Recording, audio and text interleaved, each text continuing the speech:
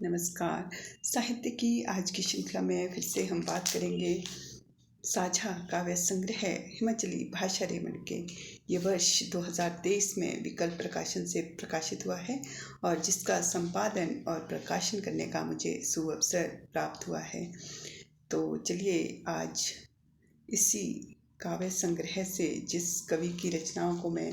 आप सभी के समक्ष प्रस्तुत करूंगी उनका थोड़ा सा साहित्यिक परिचय सबसे पहले आपके समक्ष प्रस्तुत करती हूँ। आज के हमारे कवि हैं अनंत आलोक जी। जी हाँ, अनंत आलोक जी किसी परिचय के मोहताज नहीं है, फिर भी जो दर्शक हमसे जुड़े हैं उनको मैं थोड़ा सा इनका साहित्यिक परिचय बताती हूँ। इनका जन्म जो है 28 अक्टूबर 1974 को बायरी रेणुका जी हिमाचल प्रदेश में हुआ है और वाणिज्य स्नातक शिक्षा स्नातक और स्नातकोत्तर इन्होंने हिंदी में किया है और हिमाचल प्रदेश सरकार में जो है ये अध्यापन कार्य कर रहे हैं। पुस्तकों की अगर हम बात करें तो इनकी पुस्तकें हैं तलाश काव्य संग्रह, यादों रे दीवे सिरमौरी में इन्होंने हाइकू लिखे हैं, अनुवादित है, और मिस 420 ऑडियो उपन्यास पॉकेट FM पर उपलब्ध है और चर्चित कहानी संग्रह जो है स्कैंडल पॉइंट इनका हाल ही में प्रकाशित हुआ है। और प्रसारण की अगर हम बात करें तो दूरदर्शन और आकाशवाणी शिमला और विभिन्न प्राइवेट जो चैनल्स होते हैं उनमें इनके जो साक्षात्कार हैं, कविताएं हैं, गज़लें हैं, आलेख हैं, हाइकू हैं और वार्ताएं हैं, ये वो सब प्रसारित होती रही हैं और विभिन्न प्रतिष्ठित पत्र पत्रिकाओं में ये प्रकाशित होते आ रहे हैं। और विशेषता जो इनके लेखन की है वो है सिरमौरी में लिखे इनके लोकगीत जो है प्रसिद्ध हिमाचल प्रदेश के जो लोक गायक हैं उनके द्वारा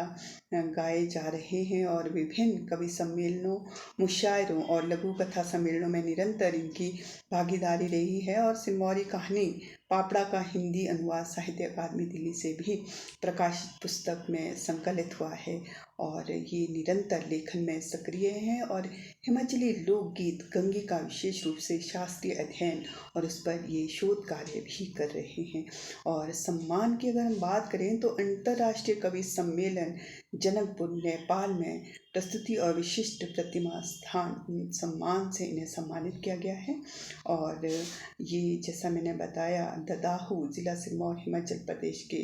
बायरी साहित्यिक लोक बायरी के ये स्थायी निवासी हैं और विभिन्न मंचों से हम इन्हें सुनते आए हैं और बहुत सी इनके जो गंगी गीत है, रामण है और बहुत सी जो सिरमौरी लोकगीत है उनका संरक्षण और संवर्धन करने की दिशा में एक अहम भूमिका निभा रहे हैं। तो चलिए इन्हीं की एक रचना की 3 रचनाएं प्रत्येक कवि की इस काव्य संग्रह में शामिल की गई है। इनकी 3 रचनाएं हैं सिरमौरी, गंगी, आली और दुपोरिटाली। तो दुपोरिटाली का मैं यहाँ काव्य पाठ आप सभी के समक्ष करती हूँ। भोलकीदा आओ था सूरज ठीक अपने टेमारा, भोलकीदा आओ था सूरज ठीक अपने टेमारा, 1 मिनट आगे ना 1 मिनट पाछा, सोबी रे बेड़े दा गशले रे बेड़े दा लाएदा, तुले रे बेड़े दा लाएदा, उरले रे बेड़े दा लेदा, पुरले रे बेड़े दा लाएदा। कोई देखने में न जाओ था जथारे बेड़े दा मारे दा जादे तर न लगा, एब पोतना काऊ एबे पोतना काऊआ कुछ आदमी मोले लोई पाए पाता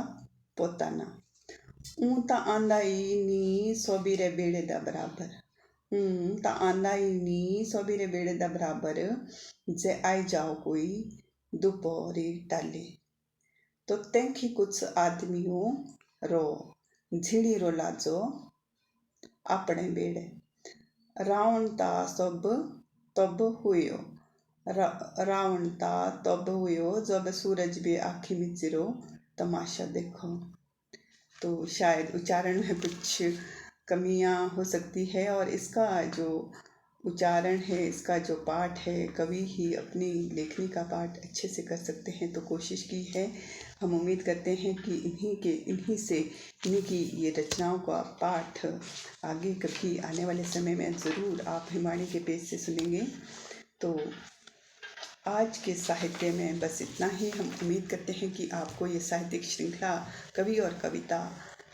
ज़रूर पसंद आ रही है और इसको ज़रूर आप सुनेंगे और आगे शेयर भी करेंगे। हिमानी फेसबुक पेज और Himalayan global village YouTube channel, Himani YouTube channel पर बहुत से ऐसे साहित्यिक और लोक संस्कृति से जुड़े जो लोक हिमाचल की लोक संस्कृति है उसके विभिन्न पहलुओं को आप अगर जानना समझना चाहते हैं तो हमसे आप ज़रूर जुड़ें और आप भी हमसे जुड़कर अपने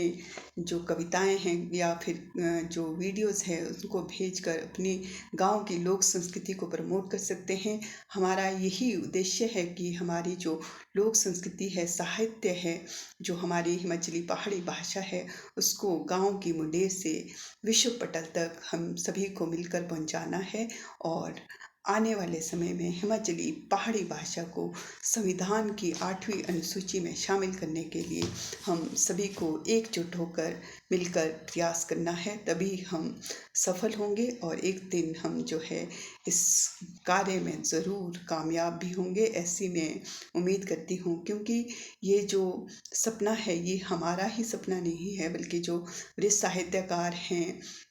बुद्धिजीवी हैं, आम जनमानस है, सभी ये चाहते हैं कि हमारी अपनी एक हिमाचली पहाड़ी भाषा का जो संरक्षण संवर्धन हो, अस्तित्व हो और उसे संविधान की 8वीं अनुसूची में शामिल करने के लिए हम सभी अगर प्रयास करेंगे तो हम ज़रूर आने वाले समय में कामयाब भी होंगे। तो चलिए आज के साहित्य में बस इतना ही। नमस्कार।